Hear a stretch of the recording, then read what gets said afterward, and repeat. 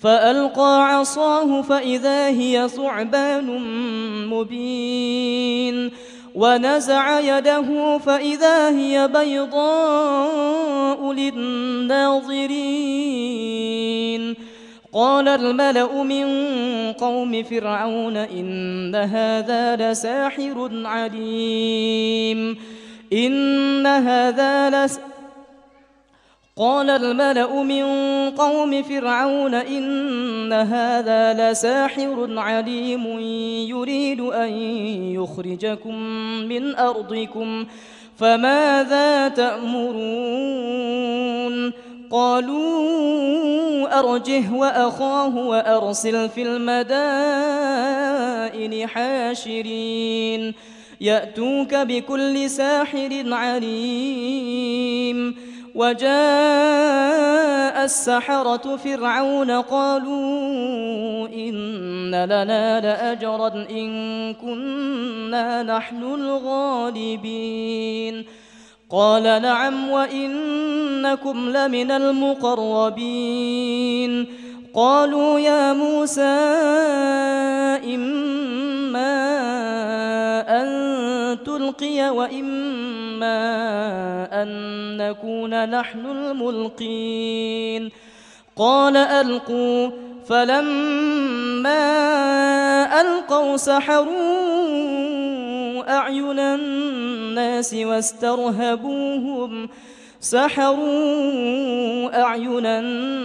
واسترهبوهم وجاءوا بسحر عظيم. Sidang jamaah rahimakumullah. Tidak ada seorang pun di antara mukmin yang benar-benar sejati keimanannya kecuali dia takut kalau amalannya tidak diterima. Dan tidak ada satupun orang mukmin yang beramal kecuali dia takut nanti kalau amalannya ini malah membawanya ke neraka. Orang yang merasa aman dari azab Allah, bangga dengan solatnya, bangga dengan ibadahnya, sehingga leluasa untuk berbuat dosa, ini orang yang sesat dan orang yang merugi. Di sini dikatakan ayat yang ke-99. Afa aminu makrallah? Apakah mereka yang sekarang berbuat dosa? Aminu makrallah, merasa aman dari azab Allah Ta'ala, kemurkaan Allah? Kesimpulannya, fala ya'manu makrallah illa alqaumul khasirun. Dan tidak ada seseorang pun yang merasa aman dari azab dan murka Allah kecuali orang-orang yang merugi. Sehingga sudah sering kita ceritakan, Aisyah radhiyallahu anha bertanya kepada Rasulullah, wahai Rasulullah, ada satu ayat di surat Al-Mu'minun yang berbunyi wallazina yu'tuna ma ataw wa qulubuhum wajilah annahum ila rabbihim raji'un ulaika yusari'una fil khairati wa hum laha sabiqun. Wahai Rasulullah, di ayat ini dikatakan wallazina yu'tuna ma ataw, orang-orang yang sudah mempersembahkan amalan baik yang mereka persembahkan, tapi wa qulubuhum wajilah, tapi hati mereka berada dalam ketakutan. Apakah yang dimaksud dengan ayat ini wahai Rasulullah? Adalah orang yang mencuri, berdusta, bermaksiat? Kata Nabi, tidak.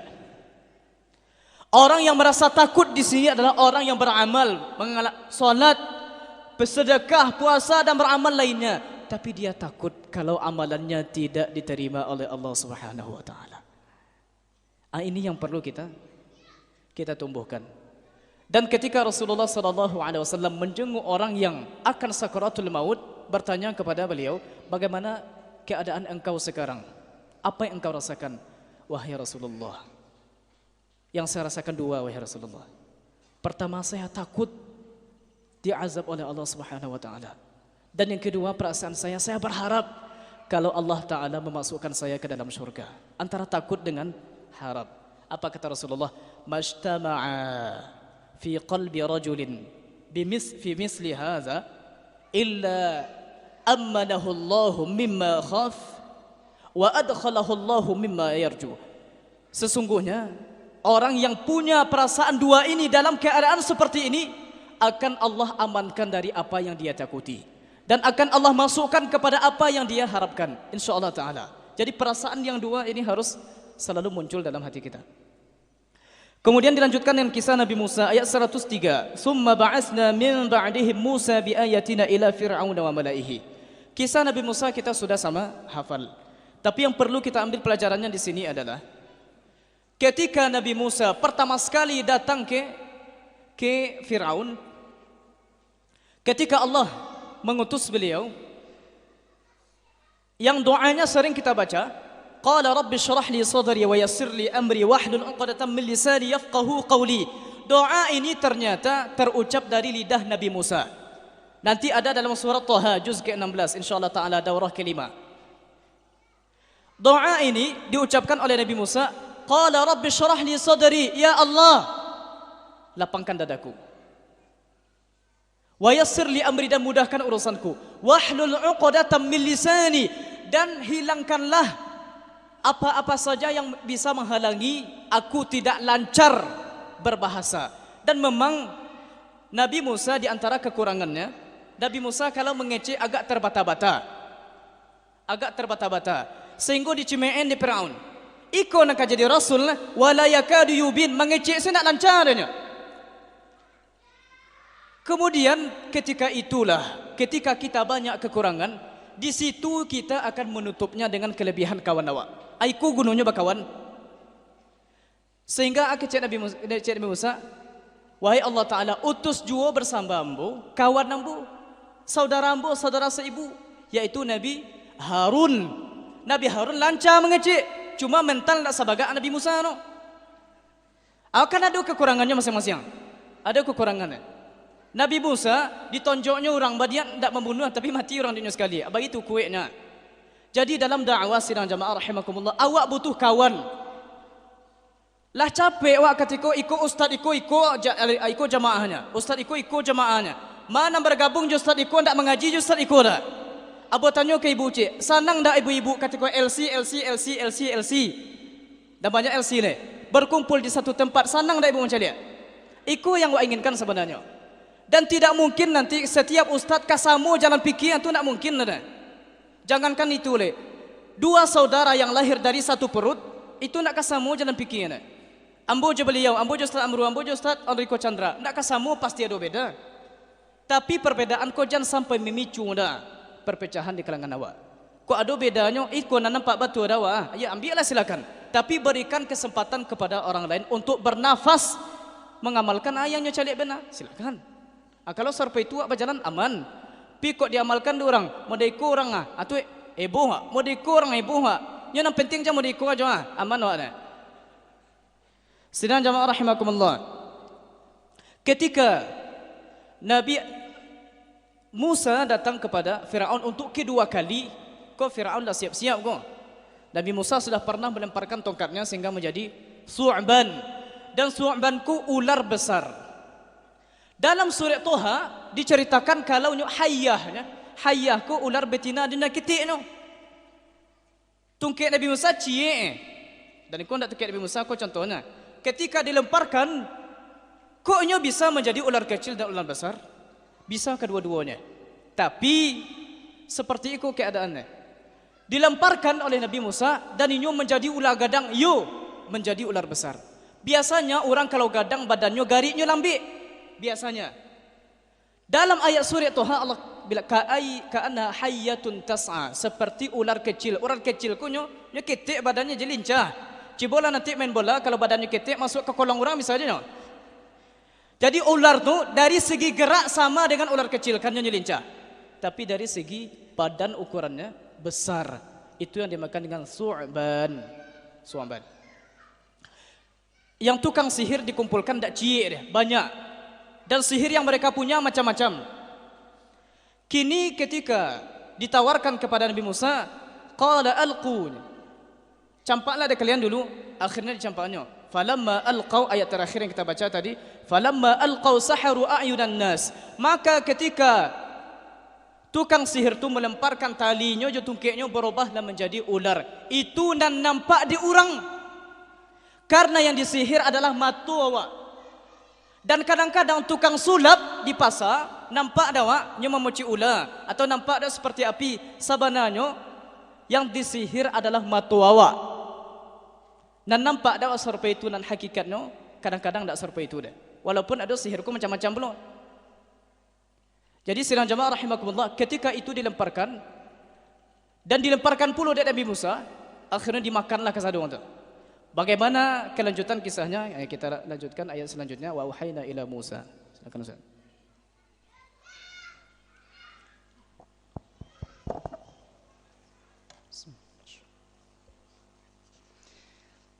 وأوحينا إلى موسى أن ألق عصاك فإذا هي تلقف ما يأفكون فوقع الحق وبطل ما كانوا يعملون فغلبوا هنالك وانقلبوا صاغرين وألقي السحرة ساجدين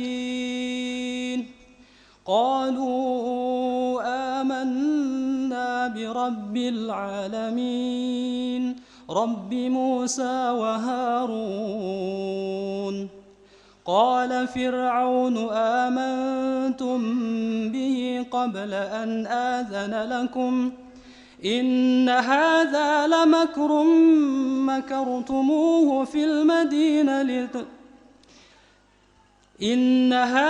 لمكر مكرتموه في المدينة لتخرجوا منها أهلها فسوف تعلمون لأقطعن أيديكم وأرجلكم من خلاف ثم لأصلبنكم أجمعين قالوا إنا إلى ربنا منقلبون وما تنقم منا إلا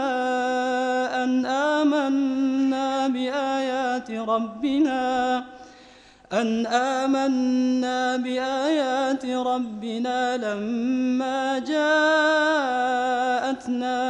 ربنا أفرغ علينا صبرا وتوفنا مسلمين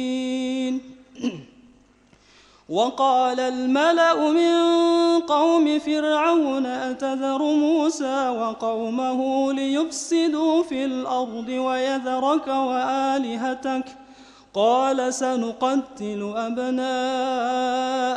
ونستحيي نساءهم وإنا فوقهم قاهرون قال موسى لقومه استعينوا بالله واصبروا إن الأرض لله يورثها من يشاء من عباده والعاقبة للمتقين قالوا أوذينا من قبل أن تأتينا ومن بعد ما جئتنا قال عسى ربكم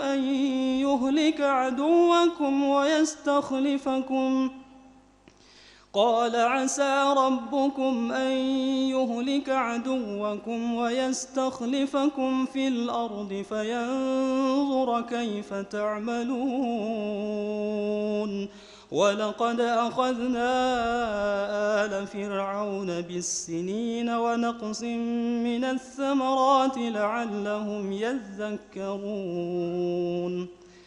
فإذا جاءتهم الحسنة قالوا لنا هذه وإن تصبهم سيئة يطيروا بموسى ومن معه ألا إنما طائرهم عند الله ولكن أكثرهم لا يعلمون وقالوا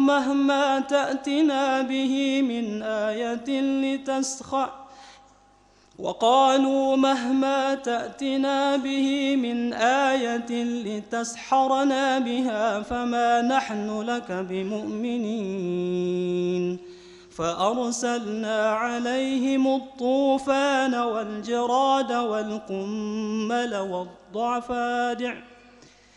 والضفادع والدم آيات مفصلات فاستكبروا وكانوا قوما مجرمين ولما وقع عليهم الرجز قالوا يا موسى ادع لنا ربك بما عهد عندك لئن كشفت عنا الرجز لنؤمنن لك ولنرسلن معك بني إسرائيل فلما كشفنا عنهم الرجز إلى أجل هم بالغوه إذا هم ينكثون فانتقمنا منهم فأغرقناهم في اليم بأنهم كذبوا بآياتنا وكانوا عنها غافلين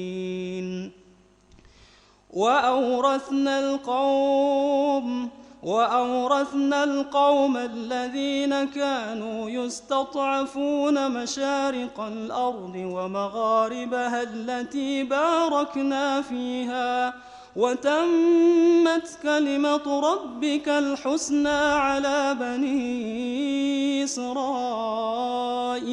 بما صبروا ودمرنا ما كان يصنع فرعون وقومه وما كانوا يعرشون وجاوزنا ببني إسرائيل البحر فأتوا على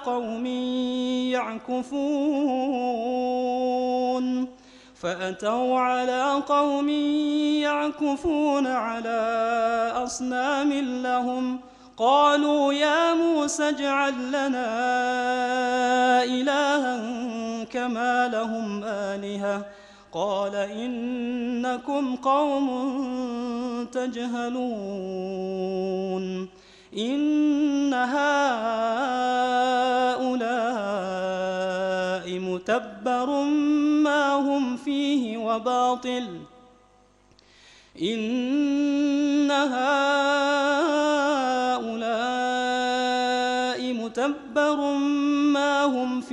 وباطل ما كانوا يعملون قال غير الله أبغيكم إلها وهو فضلكم على العالمين وإذ أنجيناكم من آل فرعون يسومونكم سوء العذاب يقتلون أبناءكم ويستحيون نساءكم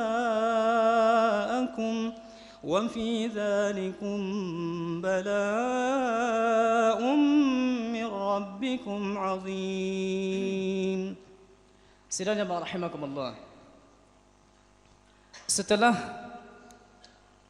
tongkat dan tali oleh para tukang sihir dilemparkan, kemudian giliran Nabi Musa melemparkan. Ternyata tongkat Nabi Musa yang berubah menjadi ular besar memakan semuanya. Apa yang terjadi kira-kira? Apakah terniat oleh tukang sihir itu untuk mengeluarkan jurus yang lain untuk mengalahkan Nabi Musa? Tidak. Ba'akum itu. Inyo tahu kalau yang dilakukan Nabi Musa itu bukan sihir. Kami sabanyakku tukang sihir, macam-macam sihir kami. Tapi tidak ada yang serupa itu dah.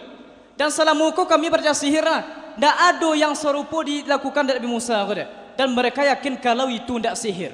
Sehingga jadinya ayat yang ke 119. Faghulibu hunalika wanqalabu saghirin. Mereka dikalahkan dan mereka itu seperti orang yang hina jadi.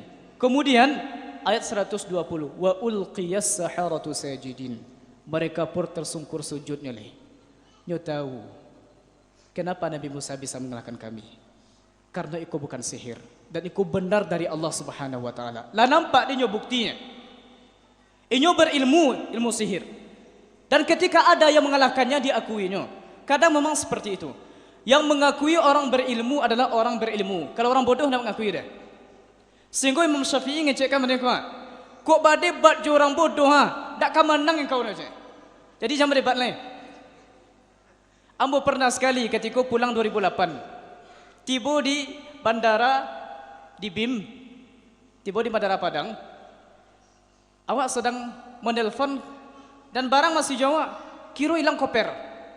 Hah, mau koper cari, kira ndak serobok melaporlah ke. Padahal koper tu lewat paciknya keretanya baru tapi hilang. Melaporlah ke keamanan. Kemudian duduk-duduk, mudah-mudahan nanti ada yang salah bau kok diantarnya balik. Duduk lah Pak.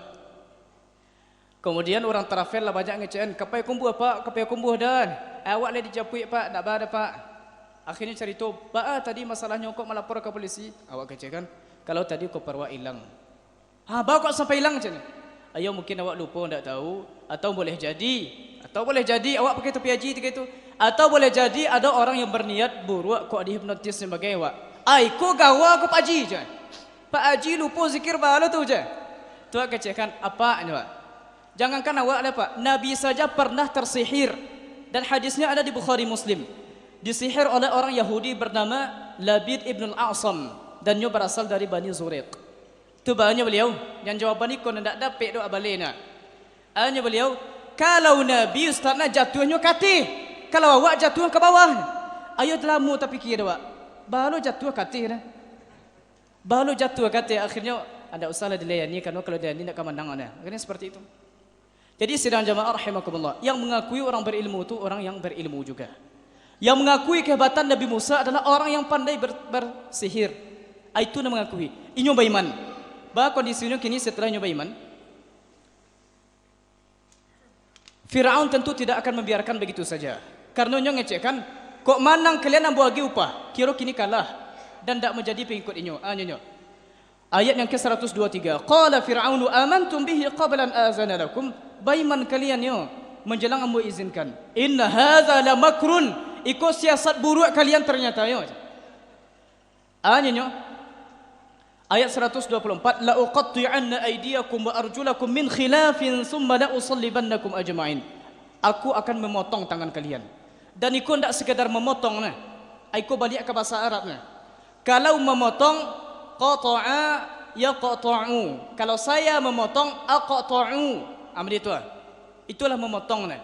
Cuma kok ditukarnya wazannya qatta'a yuqatti'u ada tasydid la uqatti'u. Itu memotong tak sabarang memotong nah. Ia sadis itu. Anyo la uqatti'anna aydiyakum, akan aku potong-potong tangan kalian. Wa arjulakum min khilaf, dan aku potong kaki kalian tapi dengan arah berlawanan. Kalau tangan kanan pertama, kaki kiri yang kedua. Sebaliknya kaki kiri seperti itulah terbalik. Kemudian orang yang sudah melihat bukti, inyo yakin kalau itu yang benar. Jawabannya seketika itu juga dibalihnya dek tukang sihir. Qalu inna ila rabbina munqalibun. Mereka berkata sesungguhnya kami kepada Allah kembali, kami baiman gini. Kamilah tahu buktinya. Wa ma tanqimu minna illa an amanna bi ayati rabbina lamma ja'atna. Dan engkau tidak membalas dendam kepada kami kecuali karena sebab iman kami. Makanya engkau rusuh. Dek kami baiman makanya engkau rusuh. Dan kini orang kalau berjilbab dalam ibu-ibu banyak narusuah. Aiko aliran malo. Memakai jubah orang. Aiko di malo dapat aliran enggak? Itu orang dah banyak. Dan ada kisah tadi yang lupa kita ceritakan di kisah Nabi Lut. Kisah Nabi Lut. Kenapa mereka dikeluarkan dari kaumnya? Kisah Nabi Lut. Anyo akhrijuhum min qaryatikum innahum unasun yatatahharun. Keluarlah nyo dari kampung kalian gua. Ba kok macam itu? Karena mereka orang-orang yang mensucikan diri. Jadi salah kini kerajaan elok. Orang yang menjaga dirinya dari perbuatan nista seperti yang dilakukan dek kaum Lut, salah kini. Bakok itu karena kasada orang lah melakukan itu. Tinggal awak cik ane nindak ane. Tentu you ganji ada orang. Kasada orang lah membuka rambutnya. Awak seorang berjilbab dalam. Tentu you ganjinya orang. Dan memang kata Nabi, bada al-Islamu ghariban wa sawfa ya'udu ghariban fatuba lil ghuraba. Islam tu nanti akan mulainya gharib, asing, kemudian nanti akan kembali asing dan zaman kini lewat calian. Maka beruntunglah orang-orang yang asing. Beruntung orang-orang yang asing. Ya, kita ucapkan ahlan wa sahlan kepada Ustaz kita, Ustaz Ridho, guru kita. Kemudian sidang jamaah rahimakumullah, ayat yang ke-137. Jadi setelah Fir'aun ditenggelamkan Allah Subhanahu wa taala, akhirnya diberikanlah istilahnya kekuasaan atau kekhalifahan kepada Bani Israel. Bani Israel. Kini mereka lah tiba di seberang. Siapa yang menyelamatkan mereka dari laut dan dari kejaran Fir'aun? Siapa yang menyelamatkan? Allah Ta'ala. Kini hanya setelahnya selamat hanya. Ayat yang ke-138. Wajawazna bi Bani Israel al-bahra fa'atau ala qaumi ya'kufuna ala asnamin lahum. Kinilah kami lewatkan Bani Israel. Lah kami seberangkannya dari laut. Fa'atau, dan mereka mendatangi ala qaumin, suatu kaum ya'kufuna ala asnamin lahum, yang beriktikafnya atau beribadah kepada asnam, kepada berhala. Banyak ke Nabi Musa. Qalu ya Musa, ij'al lana ilahan kama lahum aliha. Wahai Nabi Musa, buatkan pula dekat kami Tuhan seperti Tuhan mereka adanya. Anda takkanlah ladainya kalau yang menyelamatkan inyo dari kejaran Fir'aun lewat ke laut adalah Allah Subhanahu wa taala. Baru selamat baru na selamat baru.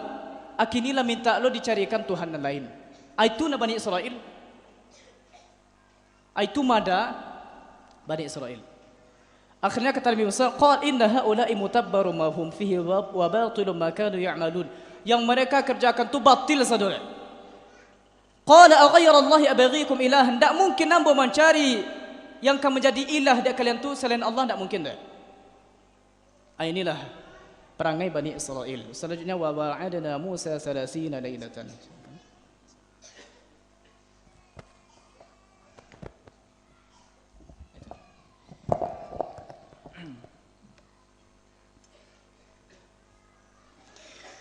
وواعدنا موسى 30 ليلة وأتممناها ب10 فتم ميقات ربه 40 ليلة. وقال موسى لأخيه هارون اخلفني في قومي وأصلح ولا تتبع سبيل المفسدين. ولما جاء موسى لميقاتنا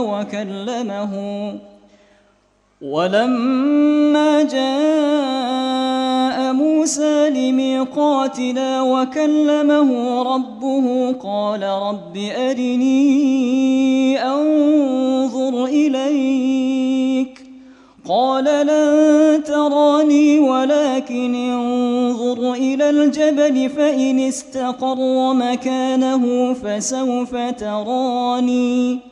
فلما تجلى ربه للجبل جعله دكا وخر موسى صعقا. فلما أفاق قال سبحانك تبت إليك وأنا أول المؤمنين. قال يا موسى إني اصطفيتك على الناس برسالاتي وبكلامي فخذ ما آتيتك وكن من الشاكرين. وكتبنا له في الألواح من كل شيء موعظة وتفصيلا لكل شيء فخذها بقوة وأمر قومك يأخذوا بأحسنها سأريكم دار الفاسقين.